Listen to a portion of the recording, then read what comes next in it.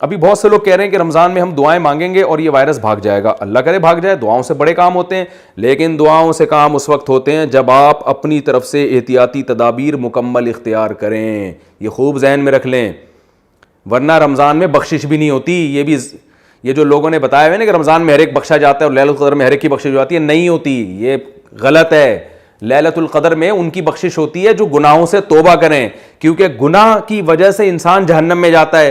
آپ کا یہ پروگرام ہو کہ عید والے دن آپ نے سینما گھر میں جا کے فلم دوبارہ دیکھنی ہے اور کوئی نئی فلم ریلیز ہونے والی ہے وہ جا کے آپ نے دیکھنی ہے, اور لیلۃ القدر میں رو رو کے آدھے ہو جائیں آپ آدھے کیا مر جائیں رو رو کے, ککھ بھی نہیں ہونے والا. رونے پر گورنمنٹ کی طرف سے بھی کوئی پابندی نہیں ہے, اللہ کی طرف سے بھی کوئی پابندی نہیں ہے. There are two types of رونا. رونے کی دو قسمیں ہیں, ایک اخلاص کا رونا, ایک ٹوپی ڈرامے والا رونا. اخلاص کا رونا وہ ہے جس میں آپ کو گناہوں پہ ندامت ہو, کیونکہ گناہ ایک سبب ہے جہنم میں لے جانے کا.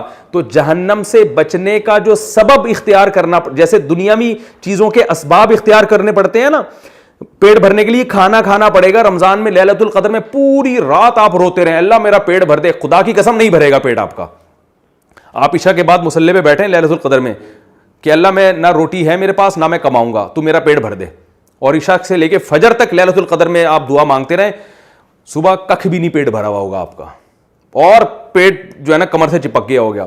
پھر آپ جا کے کسی مفتی سے پوچھیں کہ ہم نے تو سنا ہے کہ لیلۃ القدر میں دعائیں بہت قبول ہوتی ہیں, تو میں تو ایک ہی دعا پوری رات مانگتا رہا ہوں کہ اللہ میرا پیٹ بھر دے, میرا پیٹ بھر دے.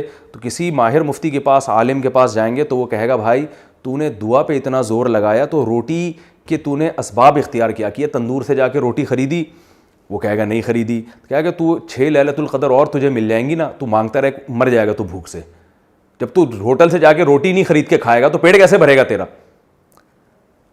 آپ جواب میں کہتے ہیں جی میں روٹی کے میرے پاس پیسے نہیں ہیں, تو بھائی تو پھر پیسے کما, دن میں محنت کر, کچھ مزدوری کر. وہ کہے یار میں کماتا ہوں جاب نہیں ملتی ہے, تو بھائی پھر کسی سے مانگ لے, ادھار مانگ لے.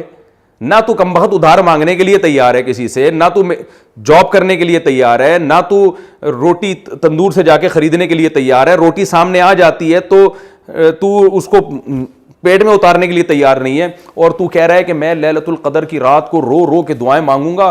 اور لیلۃ القدر کی رات تو 1000 مہینوں سے بہتر ہے, اور اس میں دعائیں قبول ہوتی ہیں, اور انشاءاللہ اللہ میری دعا قبول کرے گا.